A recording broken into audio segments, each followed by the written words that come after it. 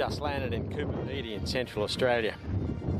Coober Pedy is known as the underground city in Australia because it was formed on the basis of opal mining, and most of the buildings in Coober Pedy are underground.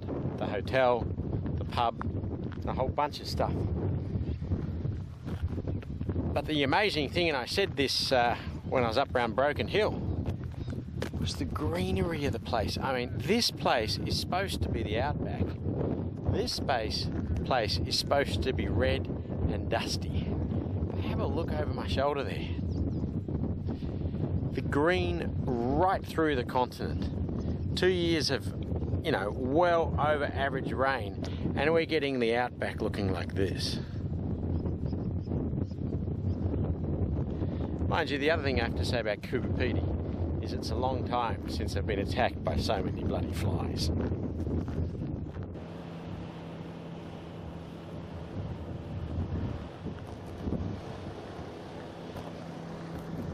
Not a bad spot, this one.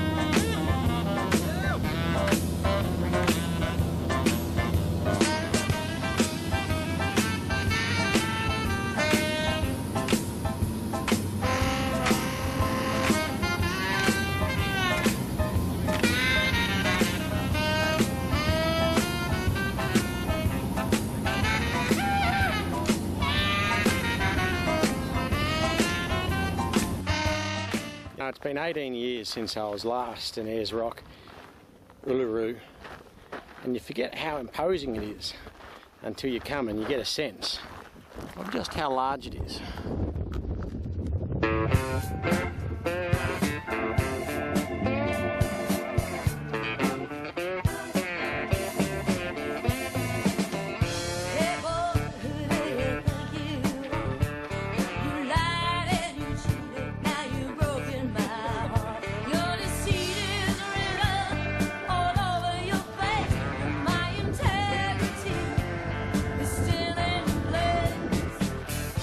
You know, Ayers Rock isn't just a rock in the desert.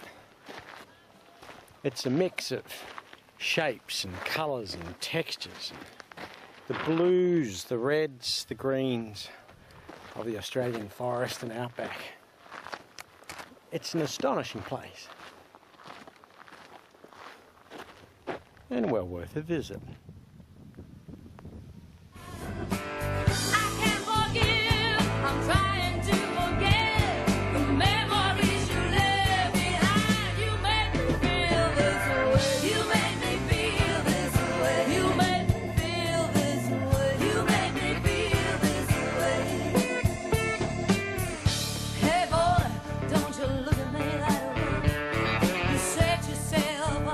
Now you don't like the game.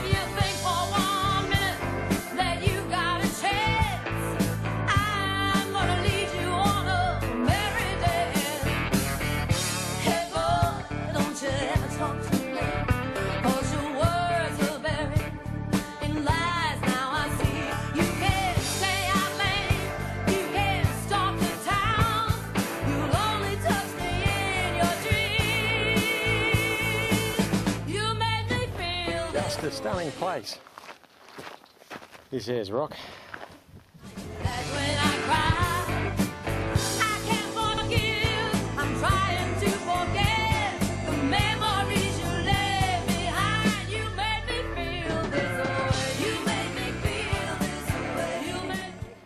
You'll still catch me calling Uluru its original European name rather than its much earlier original indigenous name. Ayers Rock, the European name, Uluru, it's indigenous. I want to come here next time it's raining. You can see these black marks here. These are all the marks of the little waterfalls that come when it buckets down rain. I've been here 14 days after the rain once before, about 18 years ago. One of the things that really amazed me and struck me back then is there were these puddles on the top of the rock. It's 800 metres off the desert floor. And inside these puddles were little leathery tadpoles. These tadpoles that never grew into being frogs have a 14-day life cycle. Breed, lay their eggs, become tadpoles, breed and lay their eggs. They're the only life form on the earth that plays no part in any food chain. Think about that. Tadpoles on top of a rock in the middle of the desert that only breed once every 20 or 30 years for a 14-day life cycle. That's just one of the magical things around here. Now, of course, when it hasn't rained, all of this is red soil. All of this is part of the Central Australian desert. But the theme, which is going through this film, is 2 years of incredible rain has created lush vegetation like this. Beautiful.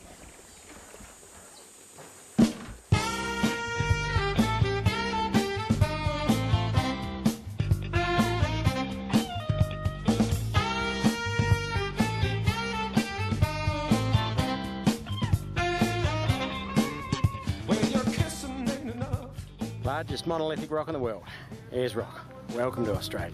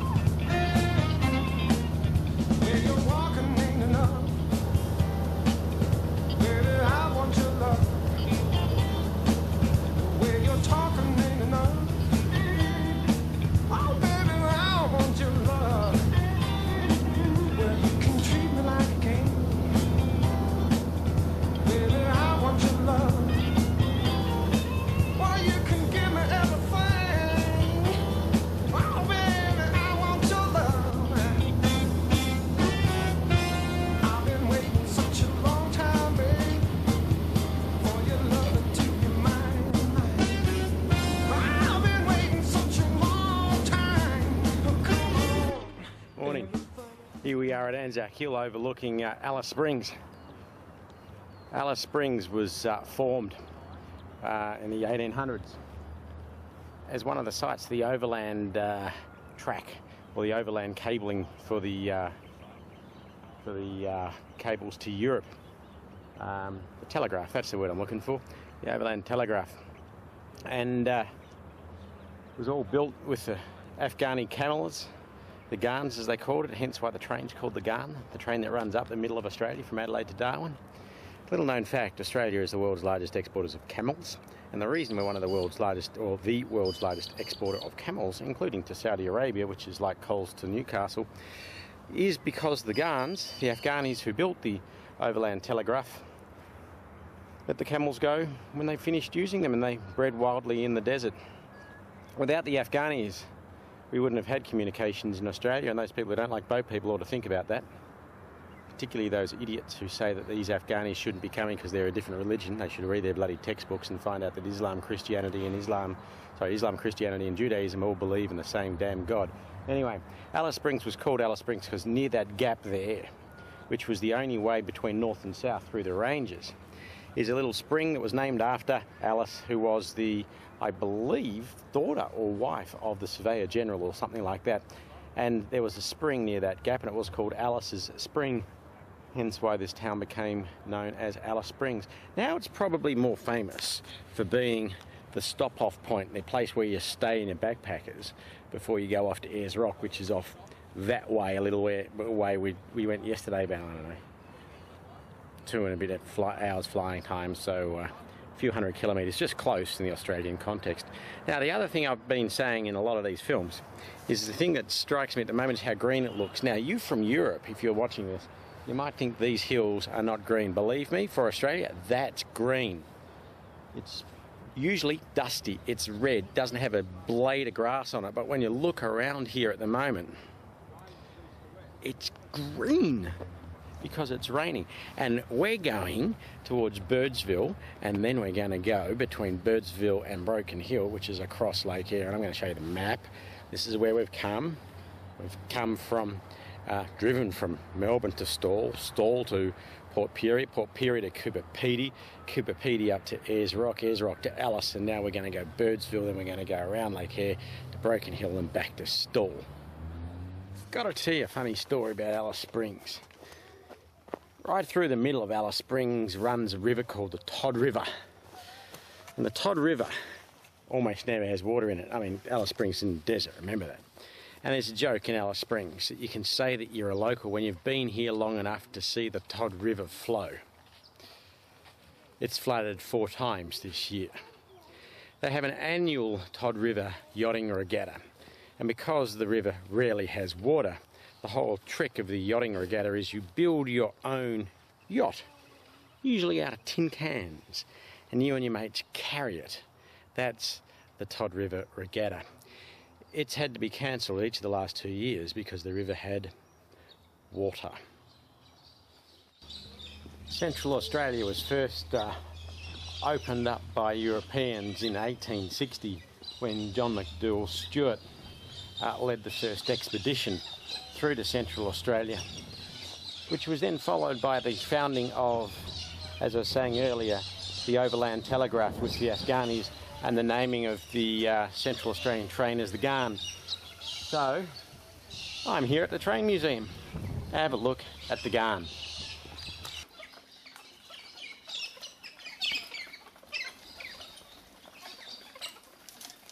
You know, before the diesels came online, of course, the Ghan was fired by old steam trains.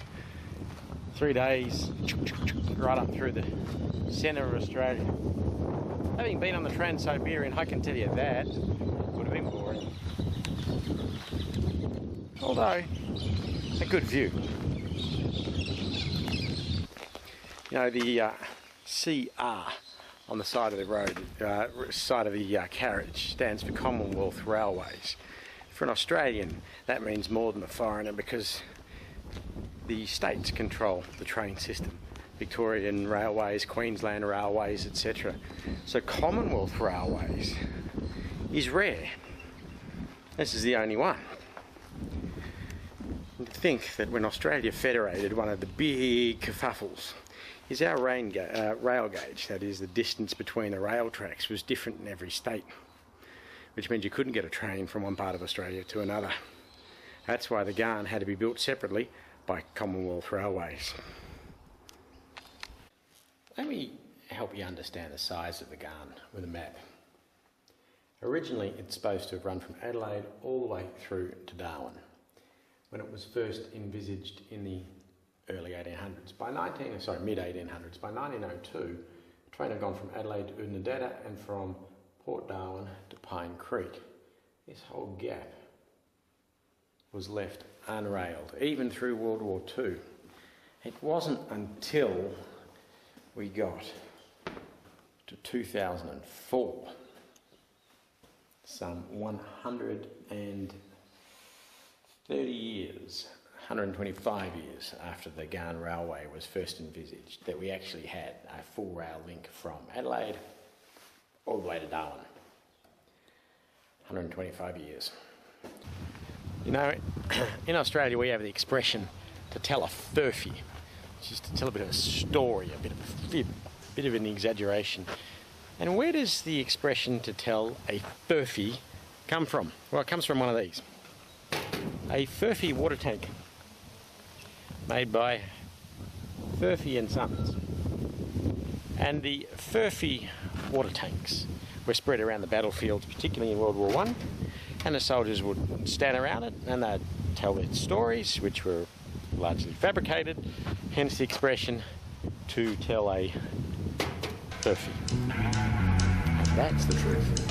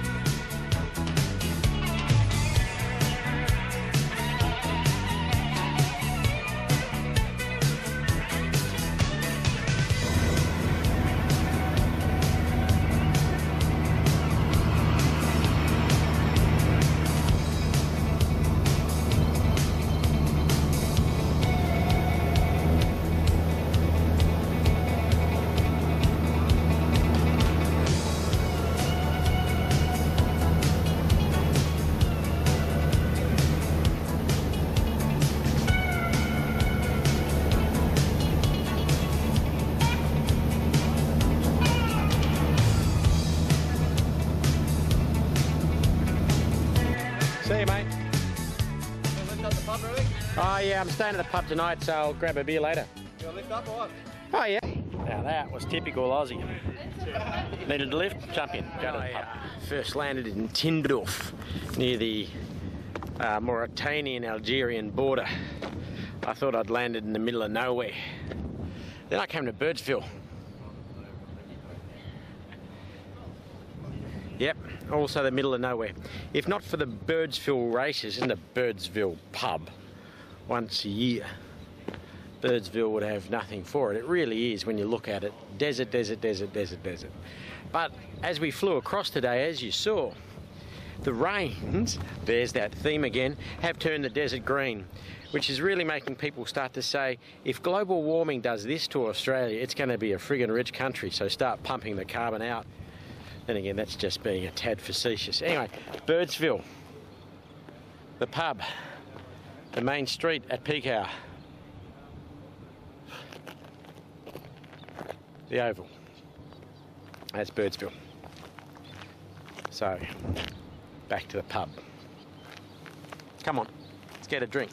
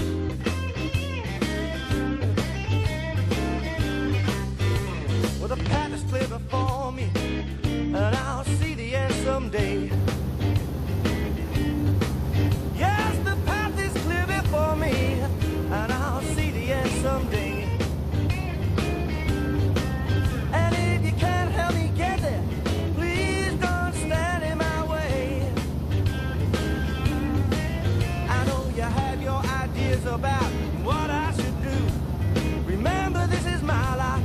You have your own life too. The path is clear before me, and I'll see the end someday. And if you can't help me get there, then please don't stand in my way. Yes, I might make mistakes, at least they'll be mine. Please let me make them, and in my own time. The path is clear before me, and I'll see the end someday. And if you can't help me get there, then please get out of my way. Look out, I'm coming through.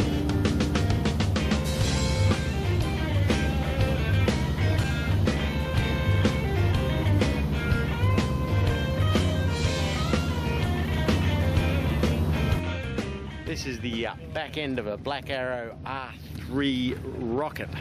It's a three-stage rocket. This is stage one, the bit that fell off after the first 50 kilometres.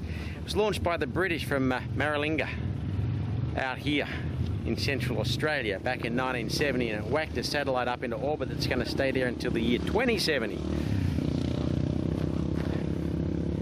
We keep forgetting that all of Central Australia was at one point one of the most important 3 rocket launching ranges in the world, but it's not anymore. And now we've stopped here in William Creek, Lake Eyre, one of the world's largest salt lakes. Holds gosh knows how much water. I'm going to have to check that and have a bit of a look later. But it only fills once every few decades. In the last 3 years, we've had unbelievable rain. It's started to fill for the last couple of years. The amount of water flowing in is unbelievable, and the colours and the greenery. I mean, this place is supposed to be a desert, but it's beautiful right now. Here in William Creek, as well as being near Maralinga and the Woomera Rocket Range, we're in the middle of Sid Kidman territory. So Sid Kidman was the largest cattle station owner, and we are in the middle of Anna-station, and this is 23,000 square kilometres, about the size of Wales. It's owned by one person or one company.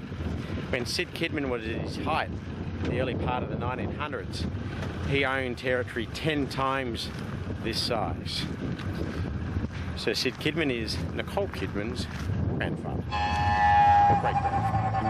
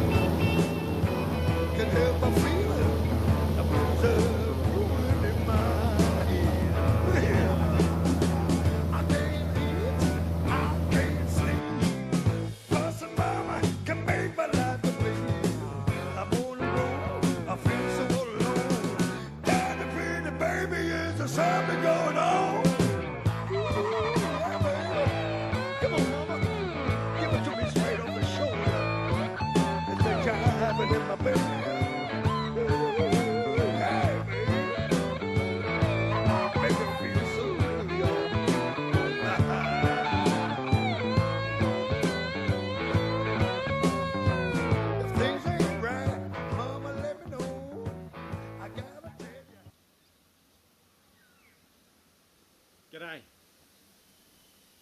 What you see behind me here is a fairly typical edge of the outback scene.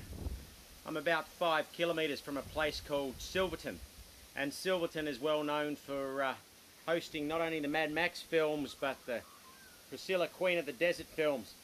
And what you see is the typical outback Australian colours of the greens of the eucalyptus, the blue of the sky and the reds of the soils. This amazing landscape here on the edge of the desert, normally it's wind-swept red sand as far as the eye can see.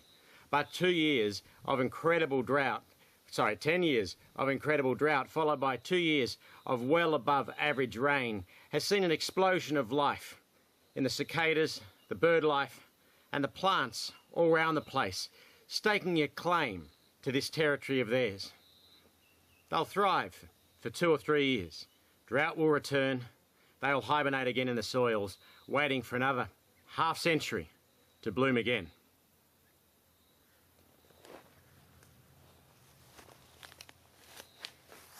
First founded in 1881, Silverton boomed because they found silver. It's now declining, or has declined, and trying to find some hook to the Mad Max movies to revive its tourism, to drag people out of Broken Hill when they get to Broken Hill, to come and have a look at Silverton as it starts to grow a little.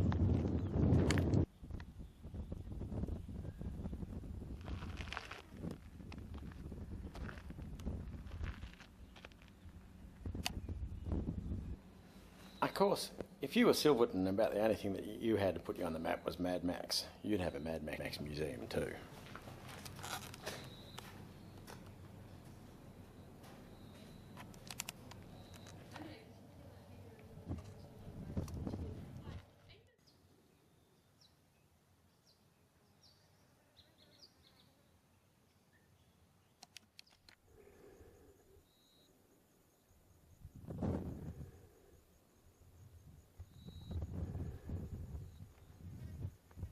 I'm now still somewhere north of Broken Hill, and these are old Aboriginal story poles, and these were put and built by the local Indigenous tribe to tell stories. And as if on cue about the greenery and the weather, here's a big storm coming in. I got a feeling I'm going to get wet.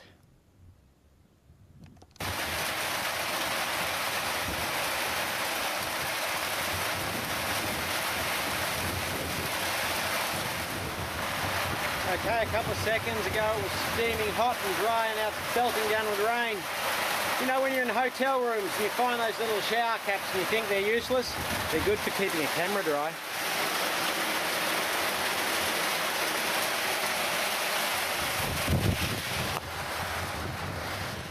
That was one hell of a storm. I was standing under a piece of shelter for 5 minutes, and have a look how wet I got. Drenched all the way through. When it rains out in the outback, it rains.